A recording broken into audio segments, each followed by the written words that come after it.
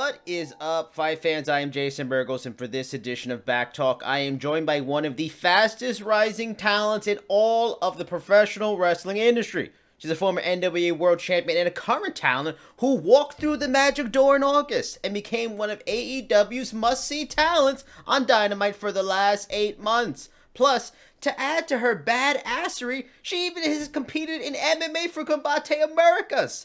This talented individual is the one and only Thunder Rosa, Madam Thunder. Thank you so much for the time tonight.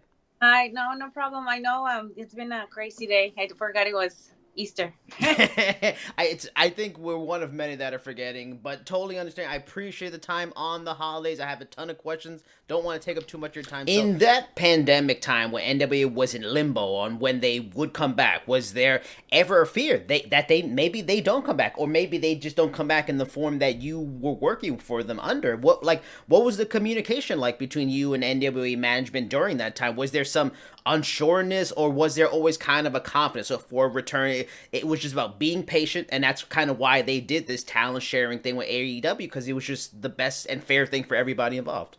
Honestly,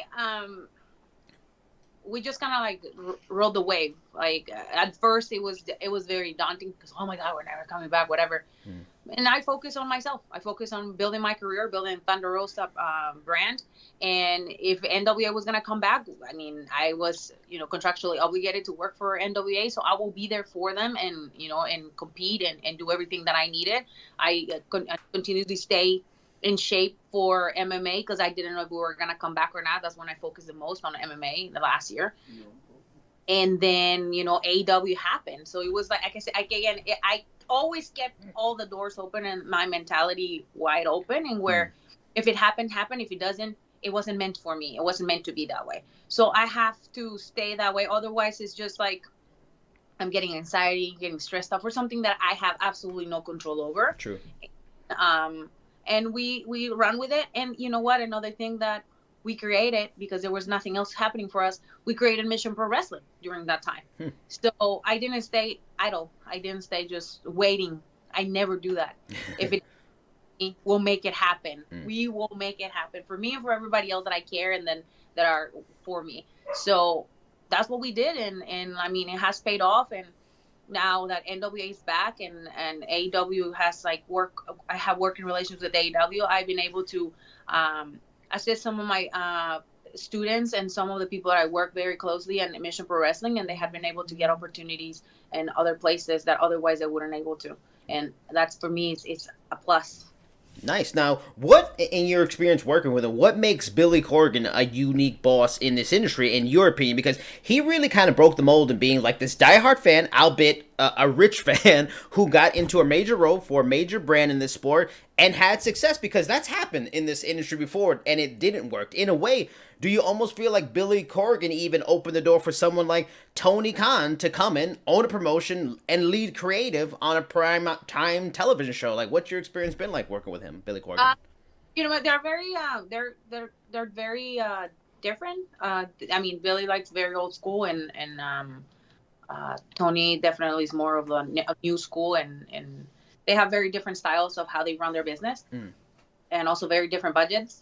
So yeah, they're both different, and they're making their product work, and that's, you guys can see like the difference on AEW and NWA. So the first 2 seasons that we worked with Power, that were very, I think, refreshing for a lot of people, because they haven't seen style wrestling for a long time, and people are getting used to like having to see NWA Power back on Fight TV, because we were in hiatus for so long. But the fans that are hardcore, they still watch our show, and they give us great reviews, and Billy continues to have his perspective of what he wants to see in NWA, and he has to change it, which is what keeps NWA what is NWA.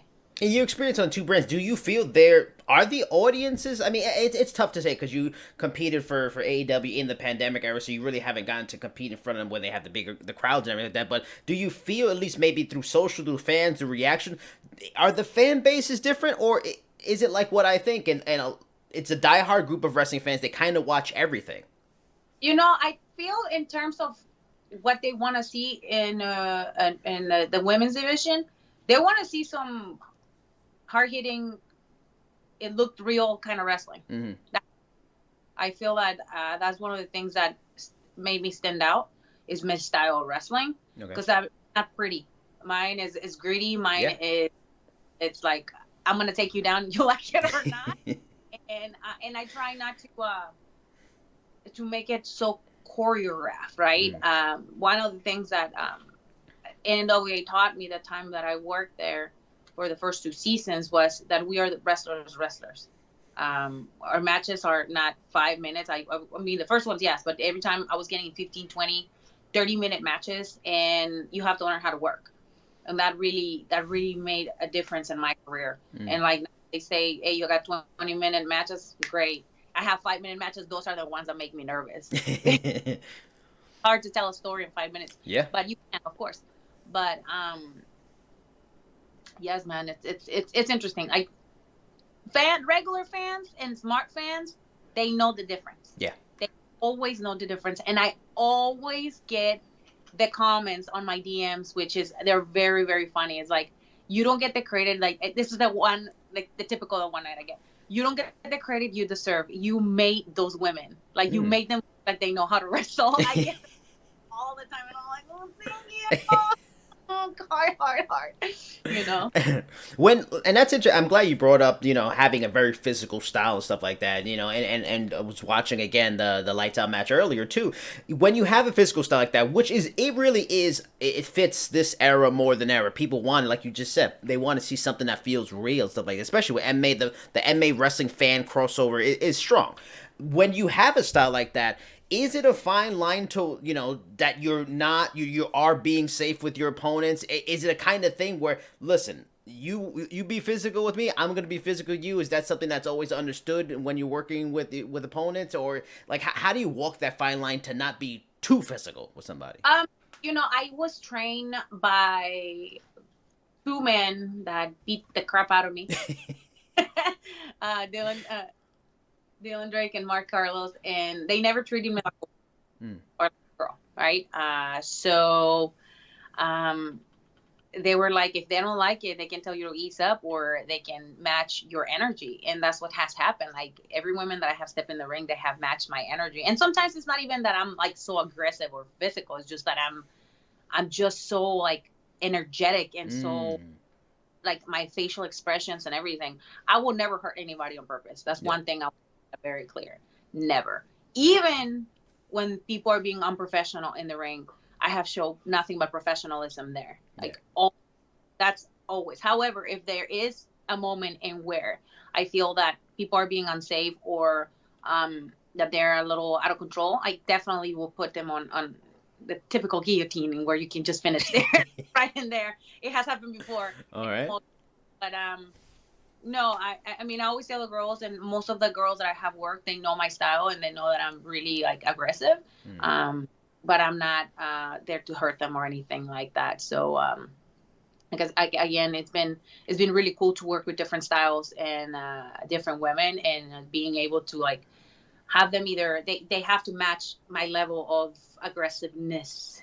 And I mean, you guys have been able to see that on TV. Yeah. With NWA restarted, is the expectation for you to return to be an exclusive talent for the brand in the months ahead, especially with your star so high, your value so high? Should fans still expect you on episodes of Dynamite through the spring and the summer? Like, what's the long-term plans now that NWA is back up and running?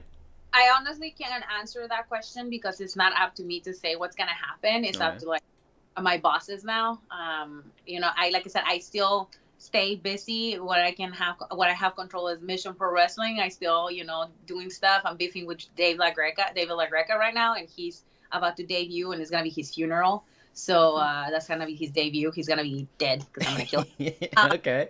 And but yeah, I mean, right now what I focus is what I can focus on, which is doing interviews like this and doing appearances here and there. I try not to do as many, because I want to make them as meaningful as possible. And plus, I want to have Yeah, no, I totally understand that. You can only do but so much in a day and a week. I probably can't answer too much of this, but in November there was a big brouhaha about rumors of you heading to WWE. What is like your contract situation for at least for the next year? Should we expect you in the same places we're familiar with you when?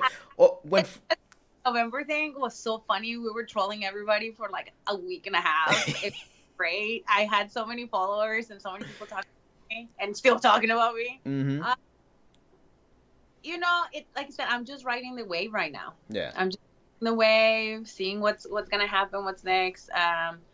You know, consolidating my name, my brand, my other brand with Mission Pro Wrestling in my school, and that's all that matters right now. Like whatever is gonna happen. Months I have no control over. Where we know it's gonna be, we have a bright future ahead of us. That's what I know, and I'm staying positive with that. And we're gonna see from there. And you guys are gonna be. I'm probably gonna do the NFL kind of thing. Like my husband is gonna be with me, my son is gonna be with me, Drago's gonna be in the middle, and I'm gonna have like the hats. And then we're gonna put the hat right there. Does that happen in 2021 or that's a 2022 moment? It's gonna be a 2022 moment, probably. All right. Well, at least the fans, they can breathe. They'll know where you're at for now for the rest of 2021. Definitely, when that happens, we're gonna do that announcement. What do you think? We're doing an NFL type announcement. You should. You should. We have to talk about this fantastic lights out match you have a few weeks ago with Britt Baker. What's it like to be a part of a match that became kind of this just major story in the wrestling news cycle for multiple days? A match that has gotten so much praise is being put up there with matches that a lot of fans are familiar with, like with elite talent like WWE Charlotte, Bayley, Sasha, some of their real physical action matches. And also how much preparation work was put into that match beforehand, because it was a pay-per-view level match with a lot of pay-per-view level parts to it. Well, it was interesting because they push it a lot. Like, this is the first time that I get so much press on one of the matches, because this was even more press than what I got when I did All Out in September. Okay. For what this match meant and what it was gonna mean for the women's division in AEW in general. I personally was very nervous because I've never done a match like this before. Wow. You look like a natural at it. I mean, I have done some like street fights with Sadika, which she's pretty insane. Like, yeah, that's why I was like, oh shit, this is gonna be something like I'm dead. But Britt was very excited about this. Like, that's one of the things that she continued to mention the whole entire time. It was her. Jerry Lynn, which we couldn't pick a better agent to do this because he's had so much experience doing this type of matches. Yep. And they had fantastic ideas in terms of storytelling. And I will say that Britt is one of the people that focuses a lot on moments, like instead of spots. And I'm like, I don't like spots. I like selling, creating a moment, and knowing that the fans are gonna be drawn. What we're doing. For me, the thing that I wanted to go through that TV, because we didn't have a crowd, was the storytelling part.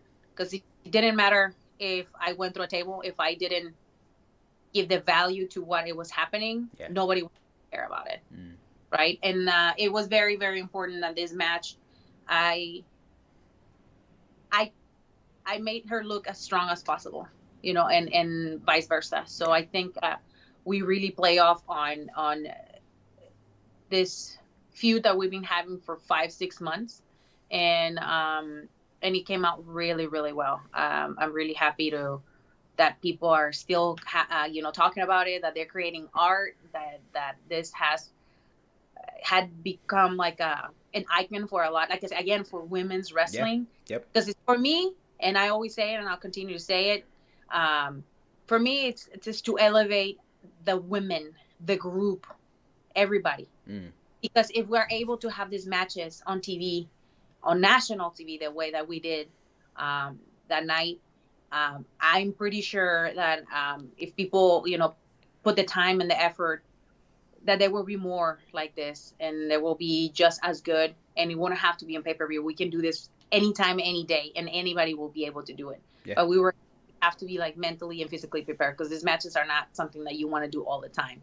Like I told you, like I just felt like I was gonna get back in the cage, but this is in a different feeling, because at least in the cage I know I can kill the other person, and I'm okay. Time for that, yeah, right? You can make them bleed. You can break their bones. You can do anything. On this one, I was like, she has to go to her office and fix somebody's teeth tomorrow. Yep. I have to make sure she's dead, right? So we made that, and it is fantastic. Just like I said, all the response that we got from everybody, and even from people like, man, I don't know. I had multiple people from different companies DMing me on Twitter, saying that was a fantastic match. Like some of the legends, that were texting us, telling us that we did an amazing job. It's pretty cool. And again, like, people can say like, oh, she's getting all the credit because she bleed more than you. It doesn't matter. I was part of the match. My name is in the history books. Yeah. I told you I'm the first Mexican born wrestler that, is in a main event in a major company like this. Mm-hmm. So for me, it's my name is there, and people keep talking about it, and hey, dude, I'm making money out of it. So yes. Is there pressure because like you say, it's a feud that's been building for a long time? That would feel like a great way to end it. But with so much praise for it, so much love for it, obviously fans are gonna want more. Is there pressure to like, well, okay, maybe we can take it to another place. Maybe we can take it to like a ladder match or something like that, or take it to some other level? Or do you say, like, you know what, this is a high. We keep it on a high. People remember forever, and maybe we revisit it down the line. I think it will be revisited down the line. Right. I think Britt Baker has made herself known for, not giving credit to anybody by herself. And I find that very disrespectful. So I definitely, when the opportunity comes, I'll be ready. And she knows I am always ready for anybody that likes to talk shit, because she knows she's going to get an ass whipping. And even if I'm the one in the short end of the stick, at least she knows she's going to get a good fight, because I don't back down for anything. All right, now last question. When I first interviewed you, it was November 2019. It was, you Combate America's debut. You mentioned that you're still doing the training. Is a return to MMA still something you want to do? Is it kind of just something you're doing for fun, and actual fighting again is a dead issue? What's the situation with you? I'm sure Combate is like, hey, Thunder, please come back. We want you to fight again. On the works, like right now with wrestling, with my wrestling schedule is very, very tough. I bet, yeah. All the time that is needed to have a good fight camp. Like the first time that I did my camp, I was pretty ignorant about the whole thing, and I just jumped in because I thought it was gonna be something easy. And I mean, I did great. I didn't get submitted or KO'd or TKO'd. But there was still a lot of work to do. I was talking to my husband yesterday about that opening that I had during the fight, and I knew I could have won if I would have known better, because she fell and she kind of was like on the ground, and I'm like, I can't see it right now. I'm like, I should have just come and start like wailing on her ass. Yeah. That cost me points, and I was very timid on my stuff. Right now, I'm working on my stand up. I continue to work on my ground, and I'm doing a lot more one-on-ones, because that's what I need right now. I need like technique, and how long it takes to get technique down. Yeah. So on my next fight, when this happened, I want to look absolutely different and more confident. And again, I don't want to just do what I did last time. I really want to take my camp very, very serious, and not have 10 matches in 1 week and then come back to training, because it was brutal. It was one of the most brutal things I've done mentally and physically. And like I said, it was worth it. Everything was worth it, like the whole experience, and because it has given me so much more confidence in my career now as a professional wrestler, and also as a woman in general. I have met wonderful people from UFC, from Bellator, from so many other companies that I would have never done. It's like the network has been pretty awesome. So, and it helps me a lot when I'm teaching class on my students on professional wrestling, on how like do holds and how to like make everything more tight, and that actually makes sense. So, I mean, when it happens, it will be announced. Like I said, I'm still in talks and seeing what are my options, and my striking coach has been helping me a lot, and to make the decision when we're gonna do it again. Is that something that kind of like, based off, you know, what you're saying in terms of you got to really put a lot of time and serious dedication to it, is it again another 2022 kind of deal? I would imagine NWA wouldn't want to, you know, they want you on there all the time, so they couldn't really allow you or would want to allow you to go do that because they need you right now. Well, that's the reason why we're being very careful. Like you know, my circumstances are completely different in 2000. Yeah. I was a lot more open. I didn't have nothing going on. I mean, let's be real. What was that? I wasn't signed, and now I'm working with companies, so I have to, like, you know, ask permission, like literally.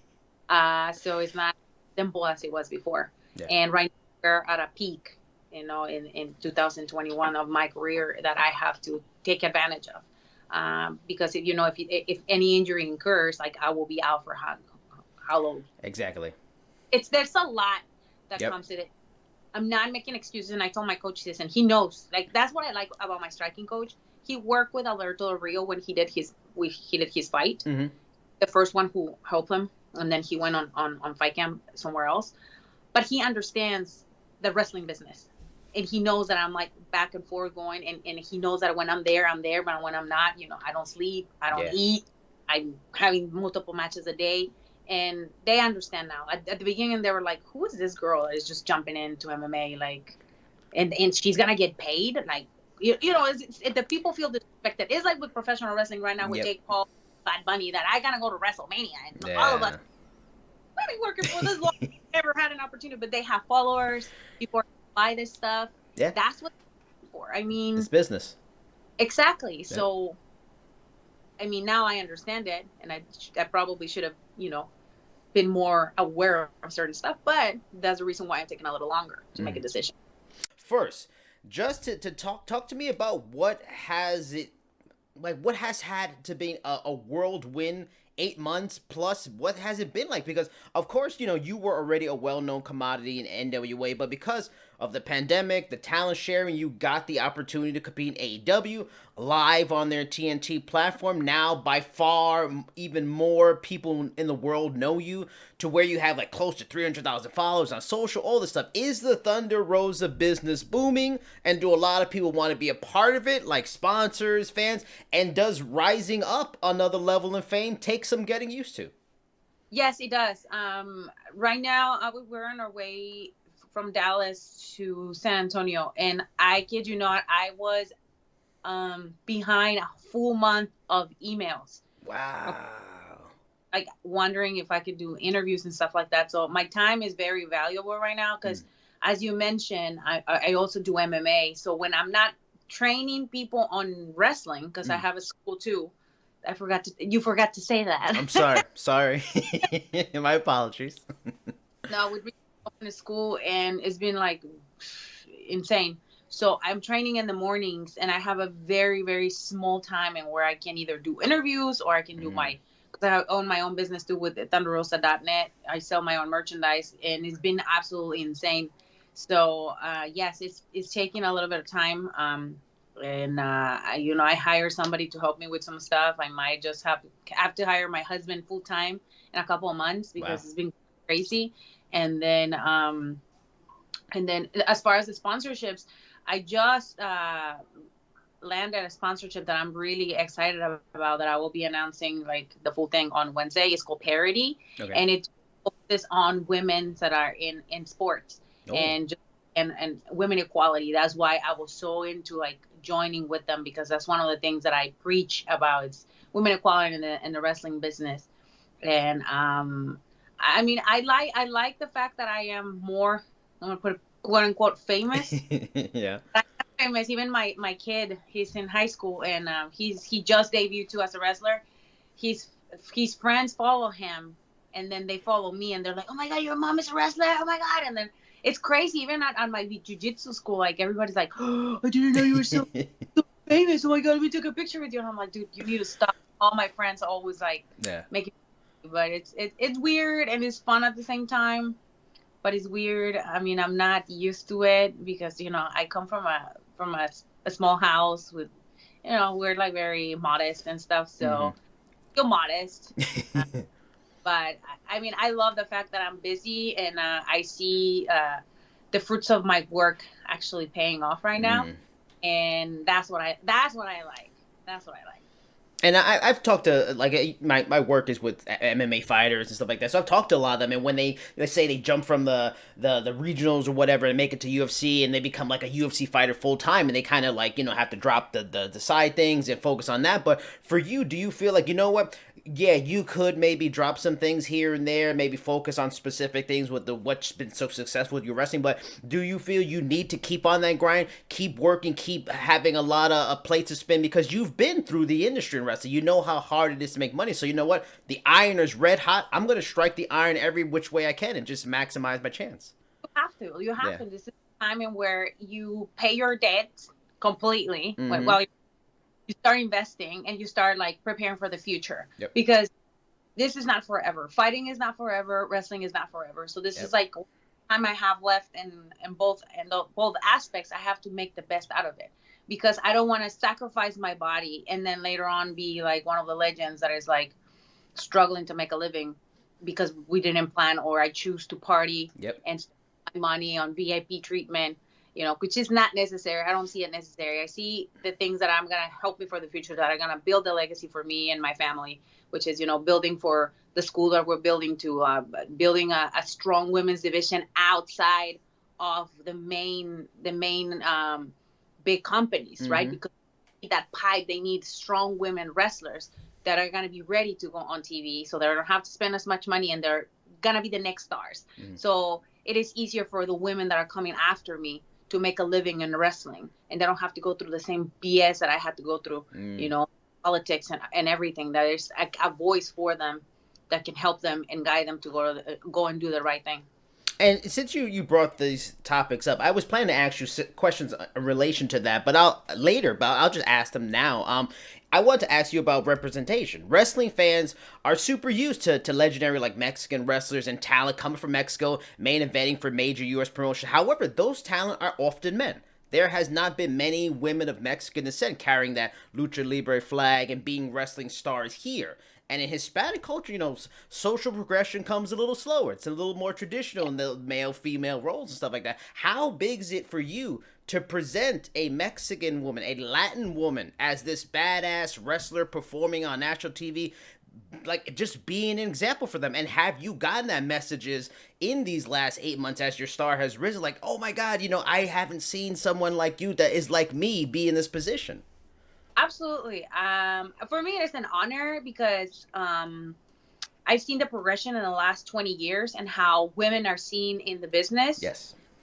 And I mean, I'm a sociologist for my career, and that was one of the things that we study was, sociology of the family was one of the things that I like the most, and just like the role of women in different aspects of society, watching politics, sports, and different things. So one of the things that I wanted to do when I was going to do my master's degree was the role of women in professional wrestling the last 30 years. But then I went all the way back to 1930s, and then the women in professional wrestling from the 1930s to now, wow. Which is pretty freaking crazy, because there's still a lot of things that were happening in the 30s that are still happening right now in terms of how certain people, gain opportunities and stuff like that. And then women of color have been the ones that have been the most kind of outcasted and put aside because of X, Y, and Z, and because of what American society, is built on. Yeah. But and specifically for me in 2021 has been definitely an honor to bear that flag every time I come out of the tunnel in AEW, or every time I come in NWA or any other major platform, because not everybody can say that they can come from another country, specifically me, Mexico, become a U.S. citizen and become extremely successful in a business that is mainly dominated by Caucasian and males, and that they chose me as somebody that they want that person to be, the star, the new rising star. So it's been absolutely amazing, and I have run, even when I won the NWA championship, I run with it, and I made it clear to everybody, even in the article for I have it somewhere around here, the article for the PWI, that I was the first ever Mexican born wrestler. Okay. And then one of my friends, before they air Lights Out, the main event for AEW, not pay-per-view, for Dynamite, who told me he went and asked around if I was the first ever female-born Mexican wrestler to do a main event in a major company. And he said yes, but that was it. That it never happened before. So that's because you don't, like I said, you don't see this happening all the time. And you don't see women like me with an accent that are a little than everybody else. Yep. That like non-traditional to be making the waves and the strides that I am making currently. But I think you can't hide passion, and you can't hide the it factor. You can't. Nope. And another thing is that not only is the passion the it factor, but also the skills. I am very, very passionate about being a good wrestler, proficient wrestler, and making sure that anybody that steps in the ring with me is elevated to another level. So that's what that's my commitment every time I step in the ring.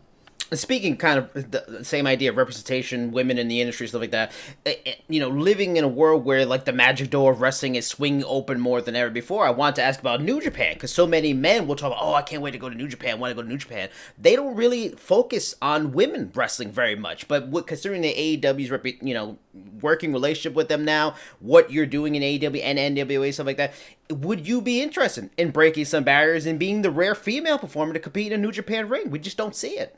I mean, if the opportunity comes, I'm always open to new things. I never say no to anything. I mean, I jump into MMA not having absolutely any experience in MMA because it was a challenge for me and for my career, which at the end of the day, I think it was worth every single, blood, sweat, and tears that I went through, and I keep going through every time. If you enjoyed this edition of Jason Burgos' Back Talk, you can follow and subscribe on YouTube, Google Podcasts, Spotify, Amazon Music, Player FM, and many more podcast formats.